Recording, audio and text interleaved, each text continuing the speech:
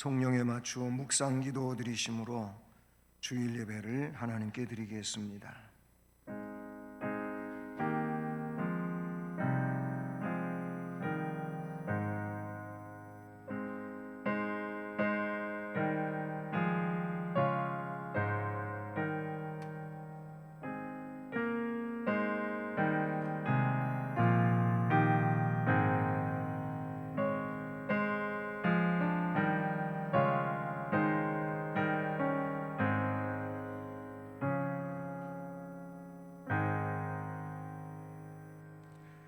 만군의 여호와여, 주의 장막이 어찌 그리 사랑스러운지요.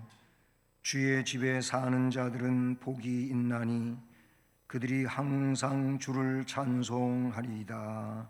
아멘.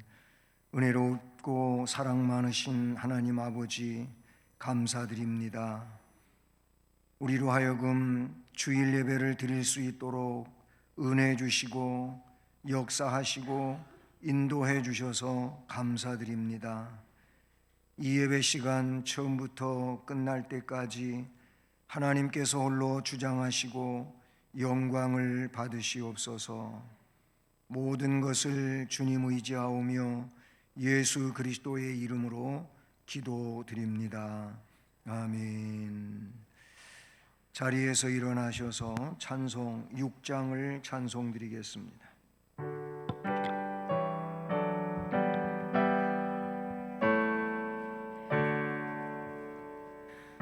목소리 높여서 주 찬양하여라. 영광과 권세와 존귀와 위엄을 온누리 다스리시는 만왕의 왕께 돌려라.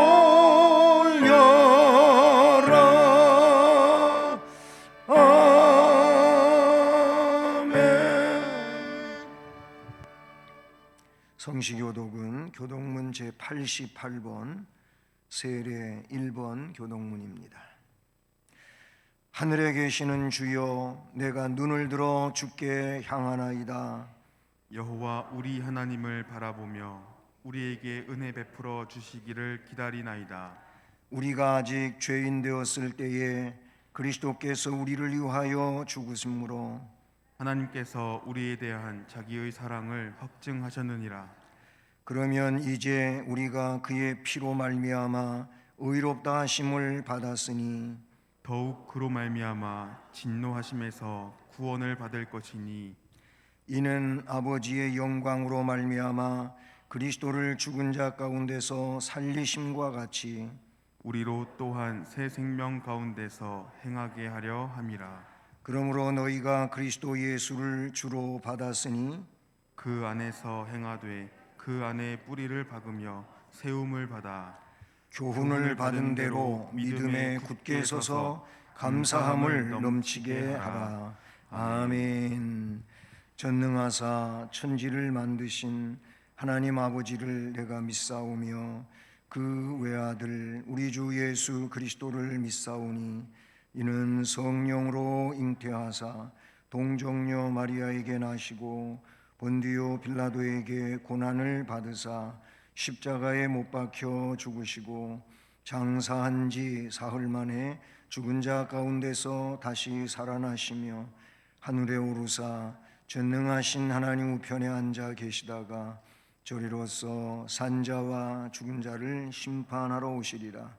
성령을 믿사오며 거룩한 공회와 성도가 서로 교통하는 것과 죄를 사하여 주시는 것과 몸이 다시 사는 것과 영원히 사는 것을 믿사옵나이다. 아멘. 4월의 말씀을 함께 암송하시겠습니다. 오직 점 없고 흠 없는 어린 양 같은 그리스도의 보배로운 피로 된 것이니라. 베드로전서 1장 9절 말씀. 아멘. 자리에 앉으셔서 찬송 259장을 찬송드립니다.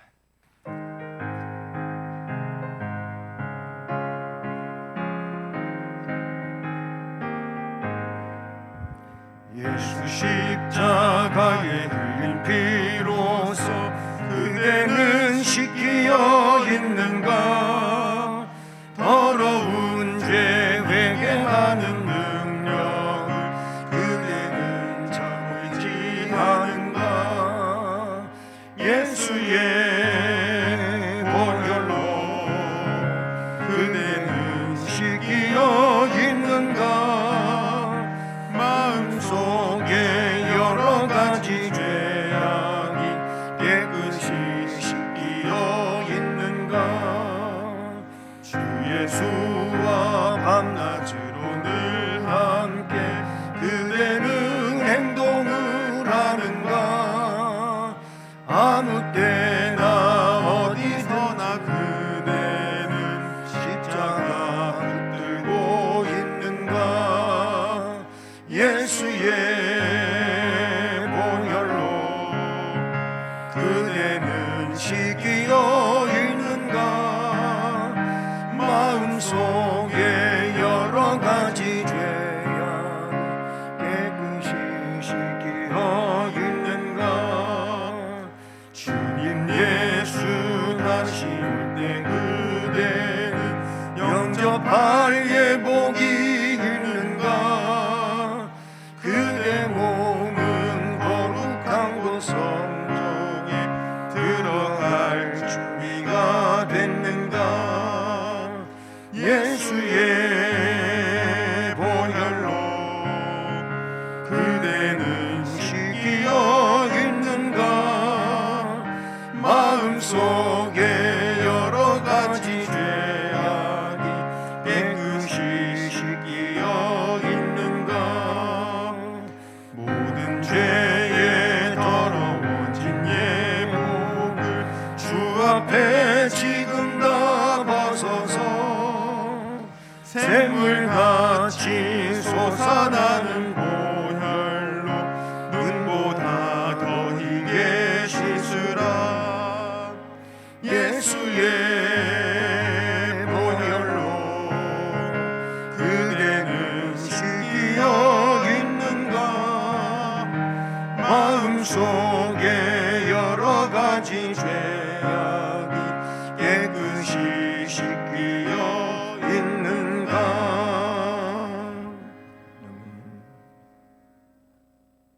하나님의 크신 은혜와 사랑을 감사와 찬송과 영광을 돌려드립니다.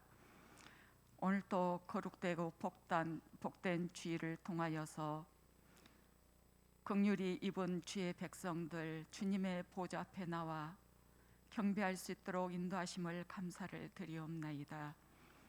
하나님, 한 주간 삶 가운데 온전한 예배자의 삶을 살지 못했음을 고백합니다. 주의 말씀 따라 믿음으로 행함 있는 삶을 살아가도록 주님께서 도와주시기를 원합니다.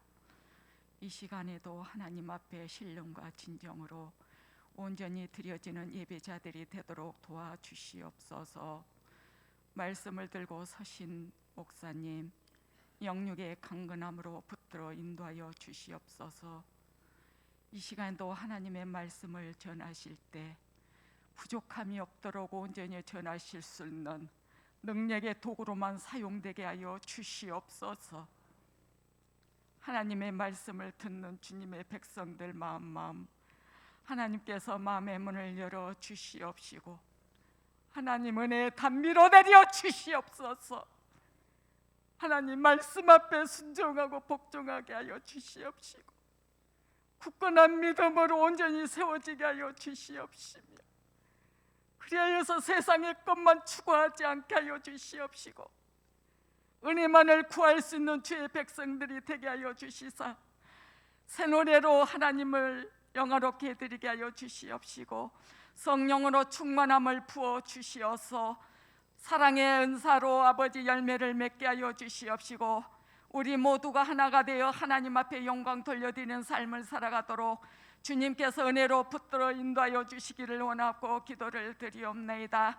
수원성심교회를 우리 하나님께서 사랑하시는 만큼 하나님께서 붙들어 인도하여 주시기를 원합니다. 특별히 교육부를 우리 주님께서 축복하여 주시옵소서.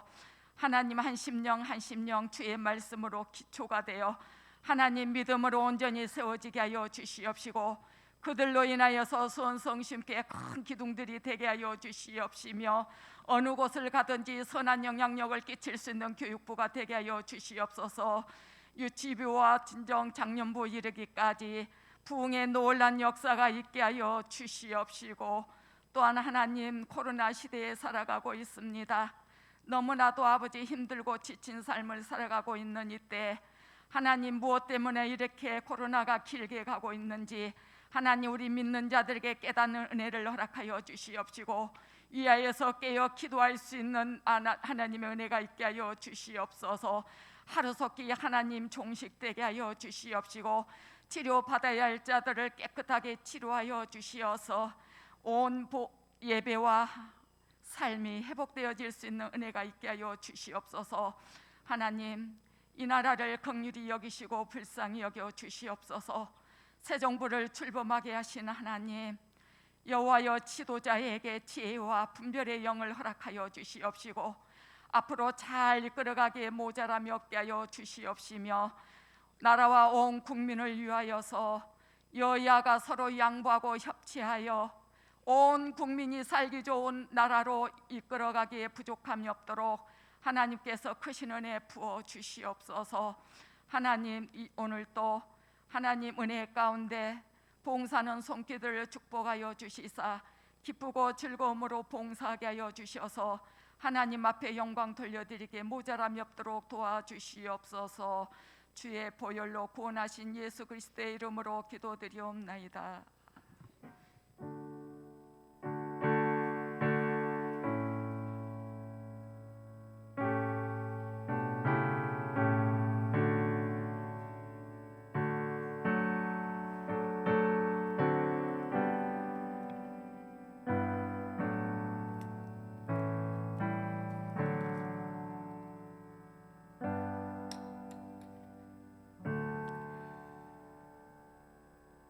하나님 말씀은 신약성경 히브리서 9장 15절부터 22절까지 말씀입니다. 신약성경 362쪽입니다. 히브리서 9장 15절부터 22절까지 말씀 함께 봉독하시겠습니다. 이로 말미암아 그는 새 언약의 중보자시니 이는 첫 언약 때에 범한 죄에서 속량하려고 죽으사 부르심을 입은 자로 하여금 영원한 기업의 약속을 얻게 하려 하심이라.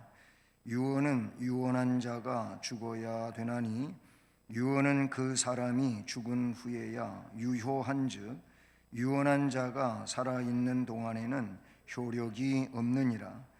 이러므로 첫 언약도 피 없이 세운 것이 아니니 모세가 율법대로 모든 계명을 온 백성에게 말한 후에 송아지와 염소의 피 및 물과 붉은 양털과 우슬초를 취하여 그 두루마리와 온 백성에게 뿌리며 이르되, 이는 하나님이 너희에게 명하신 언약의 피라 하고, 또한 이와 같이 피를 장막과 섬기는 일에 쓰는 모든 그릇에 뿌렸느니라.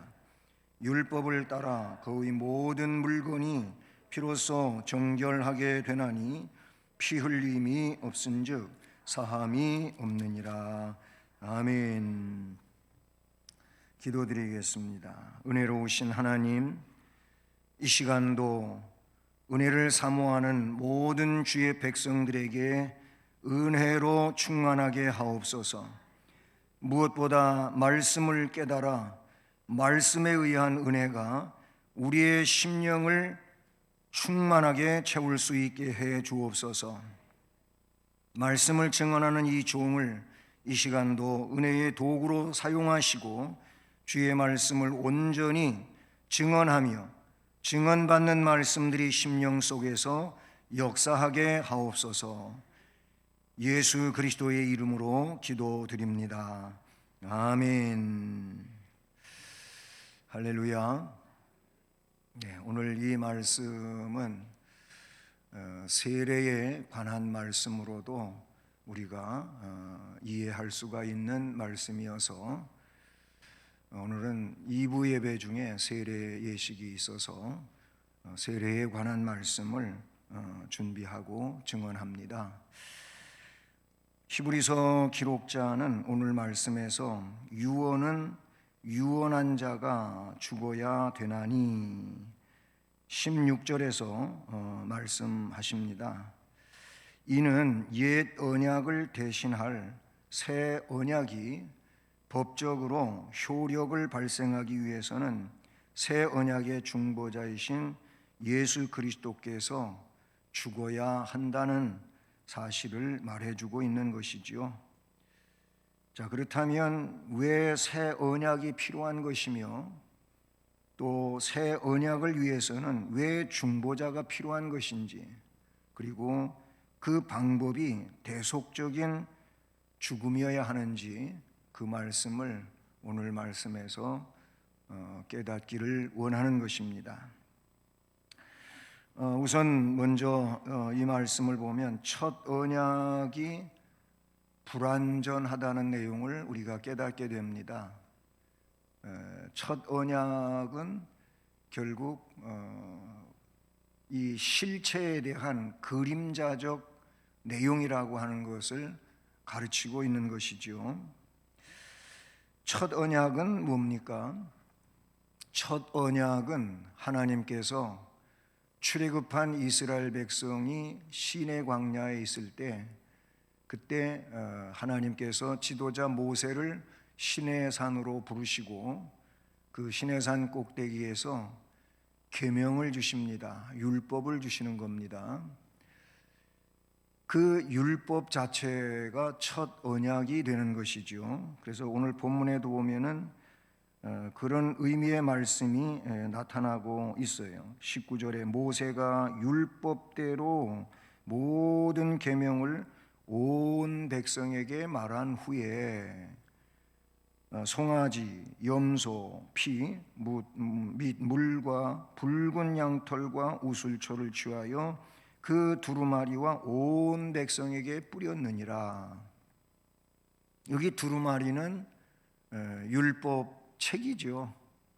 그 두루마리, 율법을 기록한 책을 여기서 두루마리로 그렇게 표현하고 있고, 그 두루마리뿐만 아니라 이 두루마리에 기록되어진 율법의 영향 아래에 있는 모든 백성에게 그 피를 뿌렸다라고 말씀하지요. 어쨌든 19절에 율법이라고 하는 단어가 나옵니다. 그러니까 첫 언약은 율법, 시내산에서 허락해 주신 율법입니다. 근데 이 율법은요, 사람들에게 선한 행실, 즉 의를 이룰 수가 없는 거예요. 그렇잖아요. 모든 사람이 연약한 사람, 또 죄성을 가지고 있는 그런 죄인, 말씀대로 이야기한다면 세상에 의인은 없나니 하나도 없다. 전부 다 불의한 자, 죄인들이라고 성경은 지적하고 있는데 그 율법을 통해서 죄를 깨닫는 것뿐이죠.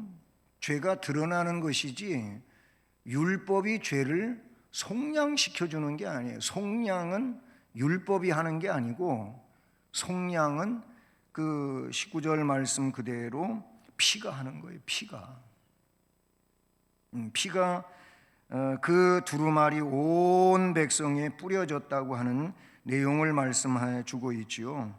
로마서 3장 20절이 이 내용을 너무나도 짤막하게 잘 정리해 주고 있는데, 거기 보면 율법의 행위로는 그분 앞에, 하나님 앞에 의롭다 하심을 얻을 육체가 없다, 그렇게 말하고요. 그러면서 율법의 역할에 대하여 이야기할 때 율법은 죄를 깨달음이니라 그랬어요. 율법으로는 죄를 깨닫는다고 말하고 있어요. 이 사순절 기간에 여러분에게 말씀을 읽으라고 제가 성경을 선정해 드렸죠. 레위기, 이사야, 그리고 신약에서 히브리서를 읽으시면 좋겠습니다 하고 말씀을 드렸는데, 그 레위기 4장을 보면은요, 이제 앞에서도 뭐 번제, 그리고 또 화목제, 그리고 속죄제, 속건제, 뭐 이런 제사에 대하여 쭉 이야기를 해오죠. 그리고 4장에 와가지고 거기 등장하는 것이 뭔 내용이냐면은, 그가 범한 죄로 말미암아 송아지를 드릴 때, 그런 얘기가 나와요. 그가 범한 죄로 말미암아. 또 다른 말씀은 그가 그 범한 죄를 깨달으면, 또 두 가지 문단에서 동일한 이야기를 하고 있는데, 그가 범한 죄를 누가 깨우쳐 주면, 이런 얘기가 나와요. 결국 그가 범한 죄로 말미암아 제사를 드려야 된다는 것이고, 그 범한 죄를 깨닫게 된다면, 내가 죄인이구나 깨닫는다면, 그 깨닫게 하는 기준이 뭐냐면 율법이란 말이죠. 계명이란 말입니다. 그가 범한 죄를 알지를 못하고 있었는데 누가 깨우쳐 준다면, 너 이런 죄를 졌어 라고 말해 준다면, 그때 제사를 드려야 된다는, 이런 제사 저런 제사, 이 짐승 저 짐승, 짐승까지 거기 선정해 주면서 제사를 드려야 된다고 하는 것을 레위기 4장에서 잘 말씀해 주고 있어요. 앞에 로마서 3장 20절에서 사람이 율법으로서는 그 죄를 깨닫는 것뿐이지 그 죄를 처리할 방법이 없어요. 의롭다 하심을 얻을 육체는 아무도 없는 죄인들인데, 율법을 통하여 이 죄를 깨닫게 된다는 것이고, 레위기 4장의 말씀은 그 죄가 깨달아지면, 죄가 지적되어지면, 내가 무슨 죄를 졌는지 알게 되면 제사를 드려라. 제사는 짐승을 잡는 것이고, 짐승을 잡아가지고 그 피를 양푼에 받고, 그 짐승의 고기는 각을 떠서 그렇게 태우거나, 아니면 일부분을 제사장이나 그 제사를 드린 자들이 식물로 먹는, 이런 내용이 제사 제도지요. 근데 거기서 중요한 게 피를 양푼에 받아요. 오늘 19절 중반 이하에 있는 것처럼 거기 물과 붉은 양털이 나와요. 양털과 우슬초를 취하여. 여기서 우슬초는 그 피를 뭐 문인방 좌우설주라든지 아니면 다른 성물들에다든지 이런 데 칠할 수 있는, 혹은 뿌릴 수 있는 그런 도구지요, 우슬초가. 그러니까 어떻게 보면 붓과 같은 역할을 하는 거예요. 페인트 칠을 하려면 붓이 있어야 하잖아요. 그 페인트 통에 붓을 담가서 적셔가지고 거기에 묻은 페인트를 벽에다가 바르는 것처럼 이 우슬초가 그런 역할을 하는데, 오늘 그 말씀은 그 피, 이 피는 뭐냐 이거예요. 그러니까 구약의 율법적인 내용 아래서 보면 이것은 송아지 혹은 황소, 암소, 아니면 염소, 아니면 양, 뭐 이런 짐승들의 피라고 하는 것을 말씀하고 있죠. 바로 그 피가, 율법은 죄를 깨우쳐주고 죄를 드러나게 하고 그 죄를 청산하기 위하여 결국은 피가 필요한 것인데, 근데 보세요, 히브리서에 많이 나오고 있는 말씀인데 이게 한 번으로 끝나지는 않는 거예요. 어저께 한 일을 오늘 되풀이해야 되고, 작년에 한 일을 올해 또 해야 되고, 즉 매일매일 새롭게 이 제사가 이루어지는 거예요. 그만큼 우리는 하루의 삶에도 죄를 짓는 죄인이지 의인이 아니라는 말이에요. 이게 우리의 실상이다, 그런 얘기예요. 회개도 맨날 해야 되는 거 아닙니까? 오늘 그냥 정말 하나님 말씀에 100% 완벽하게 하루를 사십니까? 마음속에 미운 감정도 들고 시기심, 질투심도 생겨나고, 이 시기 질투가 전부 사탄으로부터 오는 건데, 그러니까 그런 걸 회개하지 않을 수가 없죠. 이런저런 죄인들이지요. 작은 것에서부터 좀 더 중대한 것까지 우리는 죄인이란 말이에요. 네? 첫 언약이 불완전하다고 하는 이 타이틀은 뭘 말하냐면은, 그 내용은 한 번의 제사로 끝을 짓지를 못한다는 거예요. 그러니까 불완전한 거죠. 이런 내용이에요. 그래서 그들은 뭐 의인인 것 같아요. 유대인들, 말 그대로 성경에 나온 그 이스라엘 백성들, 이들이 자기들은 스스로 하나님 선택민, 선민이라고 그렇게 자부하면서 이방인들을 굉장히 비하하고, 저 사람들은 하나님의 구원을 받을 수 없는 죄인들이라고 규정을 하고 자기들은 의인이래. 이것 자체부터가 하나님 앞에 불경한 거지요. 하나님의 긍휼로 말미암아 우리가 의를 얻는 것이지, 자신들의 어떤 의로운 행위로서 의를 얻었다고 생각하고 있는 이 구약적 이스라엘 백성들의 경거망동한 모습이라 그런 얘기. 오늘날 이 시대를 살아가는 하나님의 백성들 가운데에도 이런 인식 속에 사는 자들이 있어요. 이게 문제예요. 이게 큰 문제예요. 내가 아무리 선하게 산 것 같고 의롭게 산 것 같아도 하나님 앞에 난 죄인인데, 예수 공로 없이는 의가 되지를 않는데, 그런 생각들을 가지고 있는 거예요. 내가 뭐 몇 살 때부터 예수를 믿었으니까 이런 업적을 이야기한다, 그런 얘기예요. 바울 사도는 지난 날의 일들은 다 잊어버리고 앞만 보고 가라 그랬어요. 지금부터 새롭게 시작하는 마음으로 하나님을 경외하고 나아가라는 거예요. 내가 직분이 이런 것이니까, 여러분, 직분이 천국 보내는 게 아니에요. 예수 믿는 믿음이 천국을 보내는 것이지, 그 직책이 천국 가게 하는 게 아니라 그런 얘기예요. 그런데 직책을 가지고 자꾸 이야기를 하는 거예요. 그거 잘못된 거고 성경을 제대로 이해하지 못한 겁니다.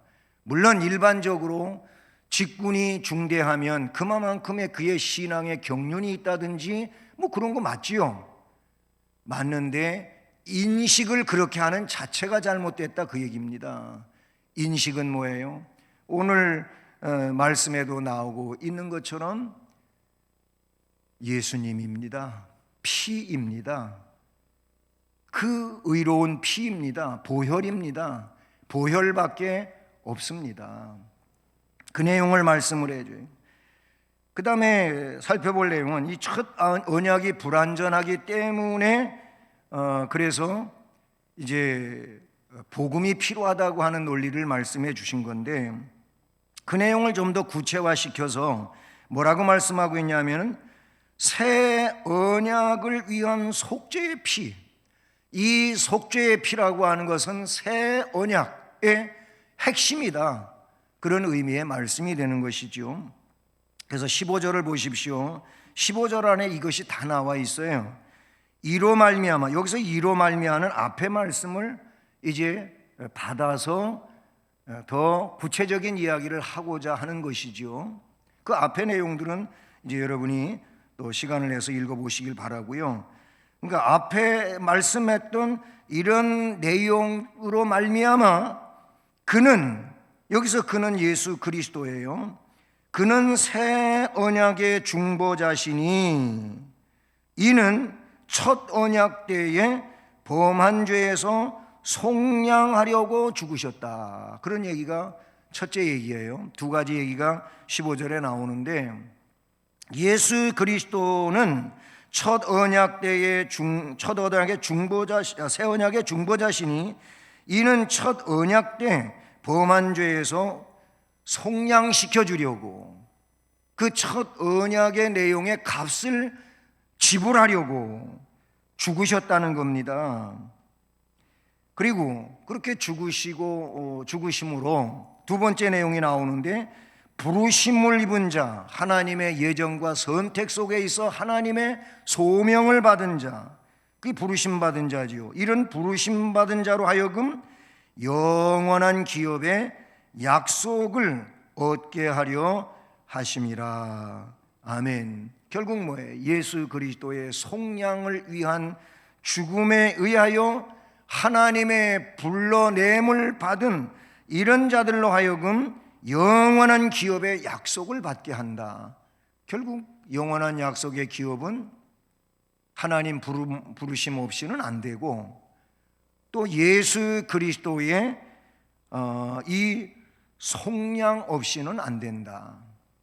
예수 그리스도께서 내 죄값을 지불해 주심으로 내가 죄가 없는 하나님 앞에 의인이 되는 것이지, 칭의받는 내용이 되는 것이지, 내 노력, 내 공로, 내 선한 의지, 이런 것들이 하나님 나라를, 이 영원한 기업을 받게 하는 내용이 아니라는 거예요. 너무나도 이 15절 말씀은 잘 표현되어지고 있지 않습니까? 예수 그리스도의 죽음만이 죄를 속할 수 있다는 사실을, 그것이 율법의 기본 정신인데, 그래서 구약에는 그림자적으로, 예표적으로 예수 그리스도의 죽음을 짐승이 죽는 걸로 대신했다. 그런 말씀을 말씀해 주고 있지 않습니까? 계약이 체결된다면, 또 언약이 갱신될 때 역시 죽음이 꼭 필요했다고 하는 것을 성경은 말씀해 주고 있어요. 아브라함이 하나님과 언약을 체결할 때 짐승을 둘로 쪼개 놓습니다. 예, 커다란 소라든지 염소 아니면 양을 둘로 쪼갭니다. 반으로 나눈다 그 말이에요. 그래서 짐승의 절반을 쫙 갈라가지고 쪼개놨어요. 그리고 그 계약을 편무계약이라고 하는데, 횃불 같은 것이 저녁 어스름할 때 그 사이로 지나가면서 계약이 체결되는 거예요. 그 계약의 의미가 뭐냐면, 계약을 위반하는 자는 이렇게 쪼개어진다, 그런 의미거든요. 계약을 지키지 않고 위반자는 쪼개어져 죽는다, 그 말과 같은 것이 그 편무계약인데, 하나님께서 일방적으로 그 계약을 아브라함과 체결하셔요. 거기서 의미는 뭡니까? 내가 너하고 이 계약을 맺는데, 내가 맺은 이 계약은 반드시 지킨다. 뭐 하나님이 계약을 안 지켜서 죽으신다, 이런 의미가 아니고 반드시 지키신다, 그런 의미로서 이 계약이 체결된 거거든요. 하나님 반드시 지키시죠. 그 하나님을 히브리서에서 아브라함은 믿었다고 말씀하고 있지요. 그런데 사실 아브라함의 일생을 보면 온전히 믿지를 못해요. 며칠 전에 새벽 예배 때도 우리 노사무엘 목사가 그 부분에 대해서 설교를 했었는데, 근데 보세요, 아브라함이 중간에 여러 가지 실수를 하지요. 뭐 자녀는 없지요. 그래서 자기가 청지기로 데리고 있는 엘리에셀이 있어요. 엘리에셀이 내 자녀와 같이 제가 여기겠습니다. 근데 하나님이 아니다 그래요. 그 이후에 또 하가를 통해서 이스마엘을 낳잖아요. 그것도 아니다 그래요. 그럼 도대체 아직도 아이가 없는데, 이거 뭐 후손을 바닷가에 모래같이 하늘에 별같이 많아지겠다고 했는데 이게 뭐냔 말이에요. 하나님은 99세에 그에게 다시 약속하시고 100살에 이삭을 낳게 하시잖아요. 이 계약을 맺을 때에 하나님이 편무 계약을 체결하신다, 그 얘기. 언약의 갱신이 필요했던 이유는요, 첫 언약에 대한 이스라엘 백성들의 범죄 때문인 거예요. 죄 없으면 언약이 갱신될 필요가 없어요. 근데 뭐 율법의 근거에 보니까 맨날 죄투성이죠. 뭐. 그래서 수 없는 짐승이 죽어야 되고 또 죽어야 되고 죽어야 되고 또 죽어야 되고, 이게 뭐 계속 반복되는 거예요. 그걸 히브리서에서는 앞에 10절은 이렇게 말하고 있어요. 이런 것은 먹고 마시는 것과 여러 가지 씻는 것과 함께 육체의 예법일 뿐, 옛날 법일 뿐, 개혁할 때까지 맡겨둔 것이니라. 여기서 개혁이 새 언약을 말하는 것이지요. 그게 복음입니다. 율법은 옛 언약, 첫 언약. 그 첫 언약인 율법으로서는 말씀드린 것처럼 죄를 알게 되는 것이고, 그래서 그 알게 된 죄는 성막에 가서 제물을 드리는, 짐승을 희생시키는, 내 대신 죄를 짊어지게 하는, 내 대신 죽게 하는 그 제도 안에 살게 되었다고 하는 것을 말씀하지요. 그리스도께서 죽으심으로써 새 언약은 효력이 발생됩니다. 그리스도의 죽음과 함께 우리 모두는 새 언약의 동참자가 됐고 하늘의 영원한 기업을 약속받게 된 자인 줄로 믿습니다. 마지막 세 번째로, 그런데 이것은 앞에도 반복해서 나왔던 말씀이지만 모든 것이 피로 정결케 된다는 겁니다. 모든 것이 피로 정하게 되어지는 거예요. 근데 그 피는, 피와 관계되어져 있는 건 죽음이라는 거예요. 그냥 피가 아니고, 성경에 피는 먹지 말라고 되어 있고 피가 왜 먹으면 안 되는 겁니까? 생명이기 때문에 그렇다고 말씀해 주시는, 피는 생명이에요. 그러니까 이 피가 존재하기 위하여 생명이 희생이 됐다, 이거를 의미하고 있는 것인데, 예수님의 피 그러면 예수님의 죽음, 십자가 사건 때문에 피가 흘려진 거예요. 그 내용을 말하거든. 모든 것은 피로 정결케 되어진다고 오늘 말씀에도 나오고 있어. 21절 보면 또한 이와 같이 피를 장막과 섬기는 일에 모든 쓰는 그릇에 뿌렸느니라. 율법을 따라 거의 모든 물건이 피로써 정결하게 되나니 피 흘림이 없은즉 사함이 없느니라.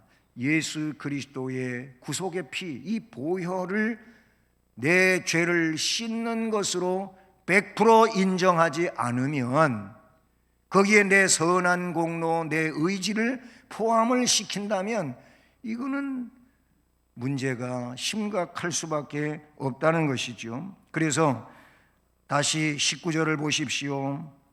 모세가 율법대로 모든 계명을 온 백성에게 말한 후에, 율법대로 그 계명을 백성들에게 말한 후에 그 계명 가지고, 율법 가지고 안 되기 때문에 거기에 따라서 주신 말씀이 뭐냐?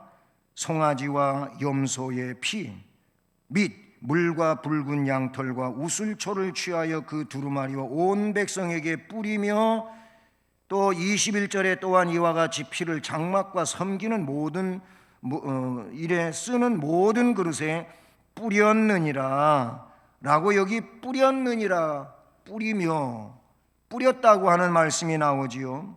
여러분, 세례는 예수 그리스도의 피를 뿌려 정결하게 하는 것인데, 우리는 물 세례를 베풀잖아요. 물로 그에게 세례를 주온다고 하는 것은 물을 집례자가 손에 약간 여기에 떠서 그의 머리 위에다가 붓는다.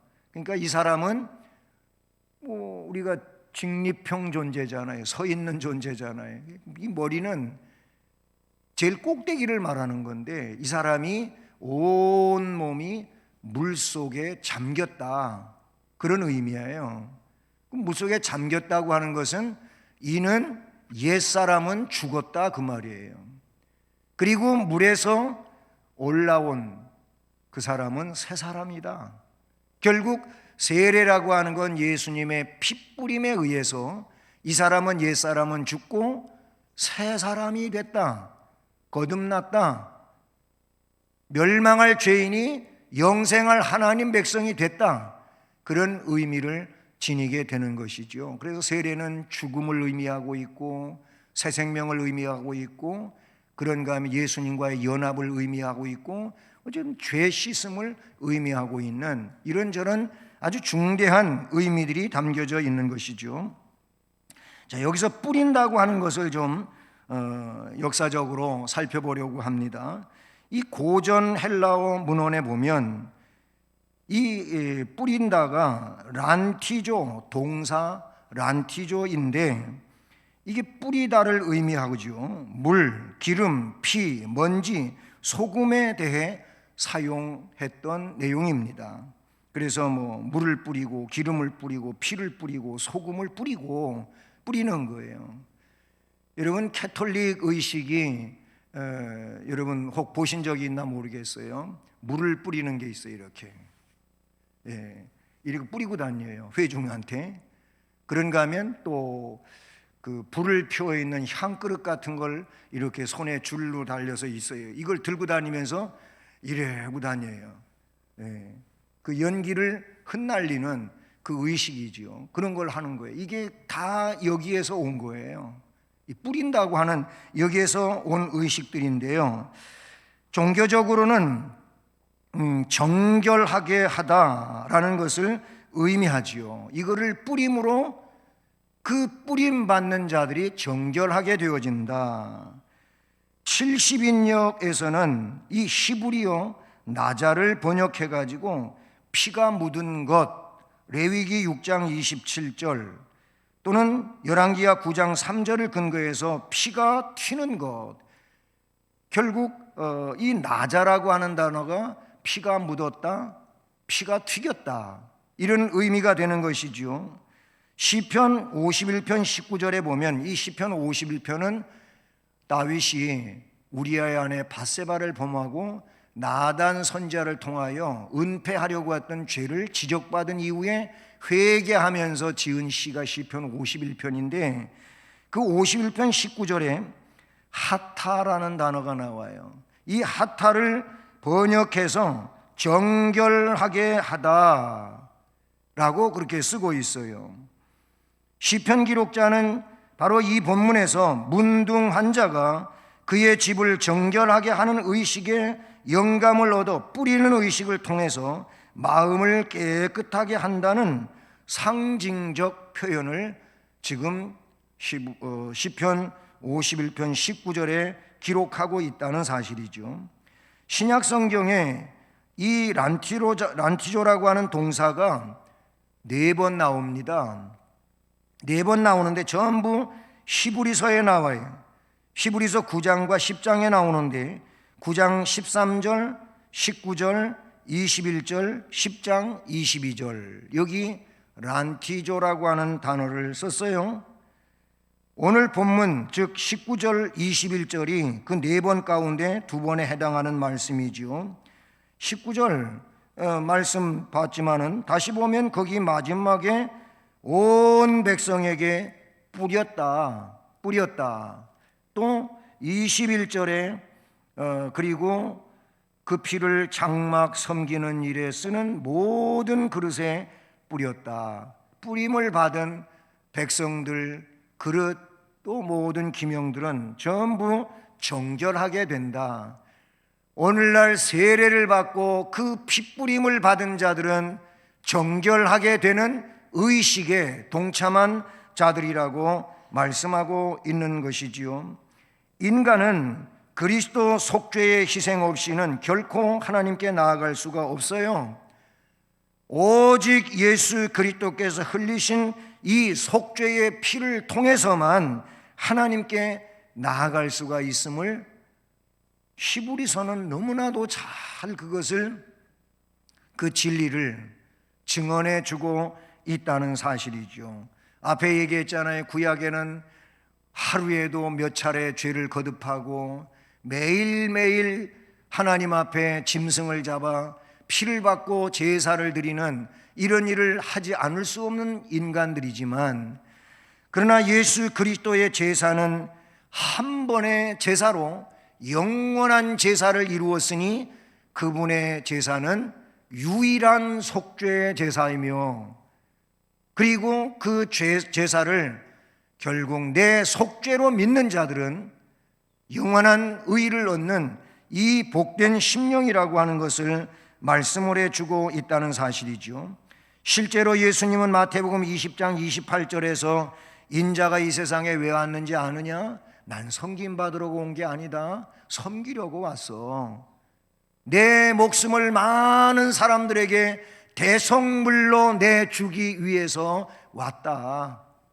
그래서 예수님 그 죽음을 내 속죄로 믿는 자들은 대속받는 자가 되는 줄로 믿습니다.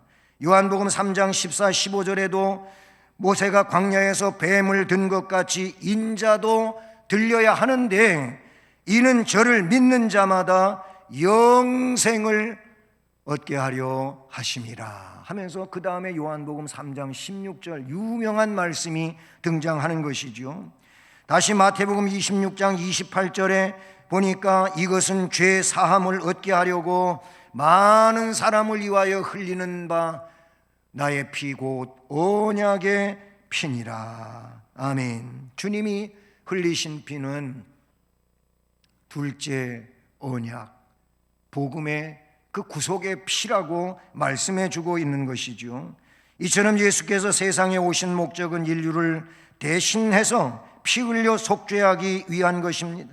바로 그분은 십자가에서 인류를 위해 자기의 모든 피를 쏟아서 부어주셨어요. 이것이 인간이 당할 고난까지 모두 감수해 주신 은혜로운 주님의 속죄인 줄로 믿습니다. 흠 없고 죄 없으신 하나님의 아들로서 인류를 위해 하나님께서 자기 자신을 단번에 그렇게 속죄의 피를 뿌리신 일이 된 줄로 믿습니다. 우리가 베드로전서 1장 19절 앞에 암송했습니다만 흠 없고 점 없는 어린 양 같은 그리스도의 보배로운 피로 된 속죄. 아멘. 그래서 구원의 길은 다양한 길이 없습니다. 유일한 길입니다. 뭐라 말해도 그거는 변할 수 없는 진리입니다. 잘 모르는 불신앙인들이 교회 다니는 사람은 아주 고집쟁이라고 그 하나밖에만 모르고 다른 건 인정도 안 해준다고 이러면서 아주 비판적으로 이야기하는데 여러분 어쩔 수 없습니다. 성경이 하나님의 구원의 책인 성경이 유일한 구원의 길을 말씀하고 있기 때문에 다른 방법을 이야기할 수가 없어요. 사람이 좀 더 좀 포괄적이고 그리고 굉장히 넓은 아량을 베푸는 것처럼 하며 구원은 여기로 이 길로 가도 되고 이 길로 가도 되고 구원의 길은 여러 가지라고. 그래서 부처님 오신 날은 절에 가서 기도해주고 성탄절 날은 교회 와서 또 불경을 해주고 이게 한국 안에 있는 일이잖아요. 그건 아닙니다. 구원의 길은 하나님이 제시하시기를 오직 한 길, 예수 그리스도밖에 없는 줄로 믿습니다. 이 예수를 구세주로, 속죄자로 확신에 찬 이 믿음으로 잘 믿고 그 예수님 은혜 안에서 또 성령의 역사 안에서 풍성한 은혜의 삶을 살아가는 우리 모두가 되기를 주님의 이름으로 축복합니다. 은혜로우신 하나님 아버지 감사를 드립니다. 우리는 세례를 받은 자들이며 오늘도 세례 예식이 있습니다. 세례의 의미를 보다 깊이 인식하게 하시고 세례 받은 자로서 하나님 앞에 감사하며 충성하는 삶을 살아가게 하옵소서. 내 공로가 아니고 예수 공로임을 기억하면서 주님 앞에 감사하고 오늘 말씀처럼 영원한 생명의 기업을 얻은 자로 이 내용 속에 기뻐하고 즐거워하고 주 앞에 충성하며 사는 은혜자들이 되게 하옵소서. 예수 그리스도의 이름으로 기도드립니다. 아멘. 말씀 생각하시며 찬송 261장을 찬송하시겠습니다.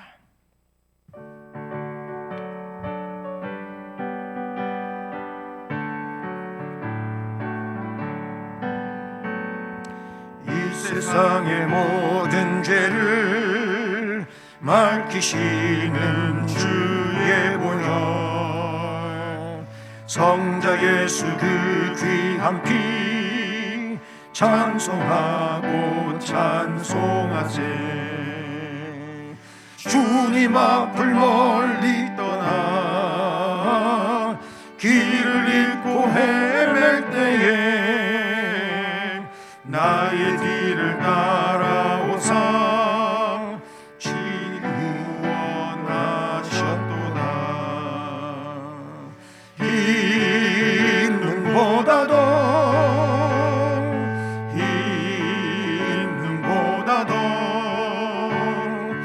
주의 흘리신 보혈로 희게 씻어주옵소서. 가시관을 쓰셨으니 피로 얼굴 물드셨고 십자가의 모진 고통 나를 위해 당하셨네. 말로 형용할 수 없는 구세주의 구속하신 은혜와 크신 사랑 찬송하고 찬송하세. 흰 눈보다도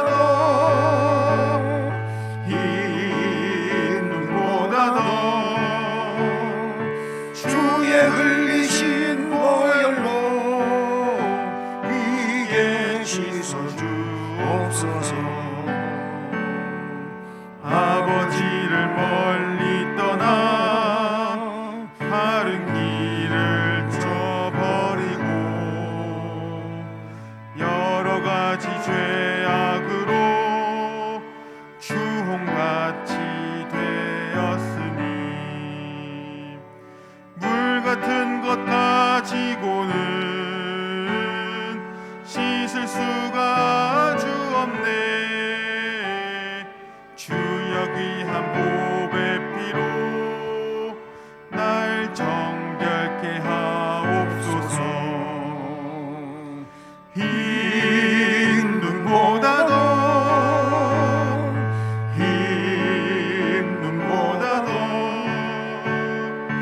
주의 흘리신 보혈로 희게 씻어주옵소서. 아멘.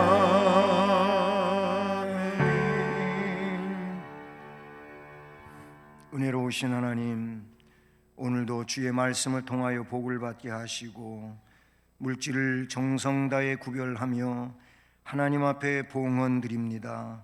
우리가 드리는 이 헌금을 흠양해 주시고 정성 다한 손길들 위해 그리고 가정들마다 또한 저들이 일터가 되는 사업, 직장, 학업, 인생의 앞날을 복 주시고 우리 주님의 은혜로 충만하게 하시고 은혜로우며 그리고 건강하고 행복하고 즐거운 인생을 살아갈 수 있도록 역사해 주옵소서. 또한 재능을 주님 앞에 드려 주님을 섬기는 봉사하는 귀한 일꾼들에게 주님 동일한 은혜와 복을 주시고 주신 재능을 더 뛰어나게 해 주심으로 그 재능 가지고 교회와 나라와 민족 가운데서 더 빛나고 영광스러운 생을 살아가게 하옵소서. 축복하고 감사하오며 예수 그리스도의 이름으로 기도드립니다. 아멘. 네, 교회 소식은 오늘 2부 예배 후에는 세례 받는 분이 장년 2분이 계십니다. 위에서 기도해 주시기를 바라고, 또 오늘 권사님들은 기도카드 바꾸시는 날인데 자기가 이번하고 지난번에 하지 않았던 기도카드를 여러분이 돌려받으셔서 그렇게 기도하시기를 바라고요. 또 우리 사순절 기간을 이제 살고 있습니다. 예수 그리스도의 고난 묵상, 레위기, 이사야, 히브리서 읽기, 예수 그리스도의 겟세마네 동산 기도, 기억하고 기도하기, 이런 일들을 여러분 매일의 생활 속에서 잘 감당해 가심으로 신앙적 충만함과 복이 되시기를 바라고요. 이번 교리대학 강의는 하루 연기해서 목요일 날 하던 것을 금요일 날 하겠습니다. 왜냐하면 제가 목요일 날 노회 고시부 모임에 갔다 와야 돼서 그렇습니다. 그렇게 기억해 주시길 바라고요. 다음 주일 1부, 2부 예배에 성찬식이 있습니다. 이게 좀 2년 동안은 못했어요. 코로나 때문에 20년, 21년 전혀 하지 못하고 올해 하려고 합니다. 우리 교회 방식은 떡은 뭐 개인적으로 이렇게 받아서 본인의 입에 넣는 것이고, 잔은 개별적으로 받아가지고 마시고 그 자리에 앉은 의자 위에 놓는 것이기 때문에 접촉할 일이 별로 없지 않아요. 그런데도 우리가 염려돼서 못했었는데 올해는 합니다. 준비하시길 바라고, 우리 장로님들은 1부에도 2부에도 성찬식 위원으로 봉사해 주시기를 바라는데, 여기서 1부, 2부에도 이 말은 장로님 4분이 1부에도 2부에도 다 출석하셔서 성찬식 보좌를 하시라는 말씀입니다. 네, 코로나19 확진자 연일 많이 발생하고 있지만 이때에 여러분 모두 이렇든 저렇든 건강하시기를 간절히 바랍니다. 이제 자리에서 일어나셔서 예수를 믿고 1절을 찬송하시겠습니다.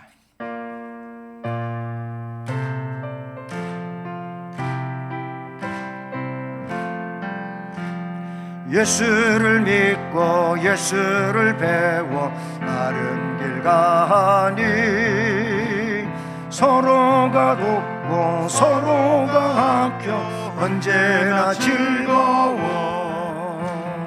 우리 교회 즐거운 교회, 우리 교회 복받은 교회. 주 예수 그리스도의 은혜와 하나님 아버지 극진하신 사랑과 성령님 교통, 위로, 인도, 보호, 깨닫게 하시며 충만하게 하시는 역사가 오늘도 세례에 대한 말씀을 들으며 오직 예수 그리스도만이 구원의 주이심을 깨닫고 그 안에서의 삶을 결단하며 나아가는 성도들 머리머리 위에, 또 가정과 일터와 앞날, 우리 교회와 이 나라 이 민족 위에 이제로 영원까지 함께 계실지어다. 아멘.